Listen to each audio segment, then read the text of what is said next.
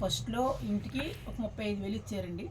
Next 2 సార్లు 2 బ్యాగులు వేయించారండి, 5,000 సరుకులు. Next fridge కొన్నారండి 22,000. నెక్స్ట్ 16,000 అమ్మ అస్తమానం ఇంటికి కాదు నువ్వు ఇంట్లోకి వాడుకున్నారండి. హ్యాపీగా అయిపోయి ఎంత సంతోషం అని వాడుకున్నానండి.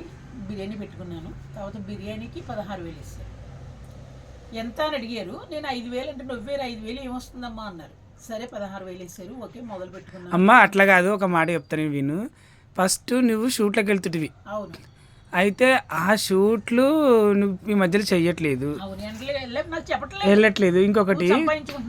ఇంకొకటి ఆ షూట్లు బంద్ చేసుకొని నువ్వు అప్పుడొకప్పుడు ఇంత లేకుండా నీకు ఇంట్లో ఫ్రిడ్జ్ కానీ అన్నం కానీ ఇదంతా లేకుండా నీకు ఇదంతా ఎట్లా వచ్చింది, ఎవరు దారి వచ్చింది, ఎలా వచ్చింది అది చెప్పు. ఫస్ట్ స్టార్టింగ్ పులివెందు వాళ్ళకి నీ వీడియోలు ఎట్లా చేరినాయి, ఎట్లా? నాకు ఫోన్ నెంబర్ సంవత్సరం నుంచి వెలుగుతున్నారంట. ఈ మధ్య నేను అందరికి ఇచ్చేస్తున్నాను కదా ఫోన్ నెంబర్, డబ్బులు వేస్తున్నారు. అవును, అప్పుడు తీసుకున్నారంట. తీసుకొని ఏం చెప్పారు వాళ్ళు? ఏం చెప్పారు నీకు వాళ్ళు? మీకు సాయం చేస్తానమ్మా ఇంటికి అంతే. అప్పటి నుంచి స్టార్ట్. అప్పుడు నుండి ఏమన్నారు? స్టార్టింగ్ ఫోన్ చేసి ఏమన్నారు? అమ్మా వస్తున్నామమ్మా అన్నారు. మీకు కలవాలమ్మా అన్నాను. వద్దండి అలా ఫ్రేక్, ఎందుకంటే అలా నాటకం ఆడుతున్నారు అన్నాను. నువ్వు ఫస్ట్ ఫేక్ అనుకున్నావు వాళ్ళని? ఫేకే అనుకున్నా. తర్వాత ఏమనుకుంటున్నా మరి రాజు అబ్బాయి మాట్లాడాడు. వాళ్ళు వీళ్ళు ముగ్గురు ఫ్రెండ్స్ అనమాట. అయితే వద్దమ్మా గ్యాస్ కూడా అలాగే వెళ్ళి ఆఫీస్కి వెళ్ళి చూసుకున్నాక ఫోన్ పే సాయంత్రం కొడతాడు. ఆయన నన్ను పట్టుకోమన్నాడు.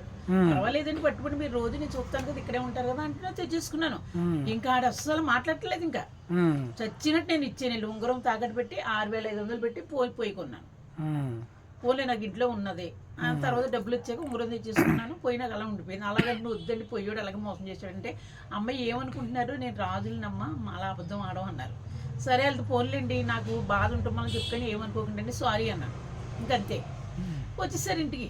బ్యాగులు ఇటు బరువు బ్యాగులు పట్టుకుని వచ్చేసారు. పప్పులు ఉప్పులు మినపప్పు శనగపప్పు కందిపప్పు మన ఫ్యామిలీకి ఏం సరిపోతే సబ్బులు అగరత్తులు ఒకటి కదా అన్నీ. అయ్యో బాబు అనుకుని సంతోషపడ్డా.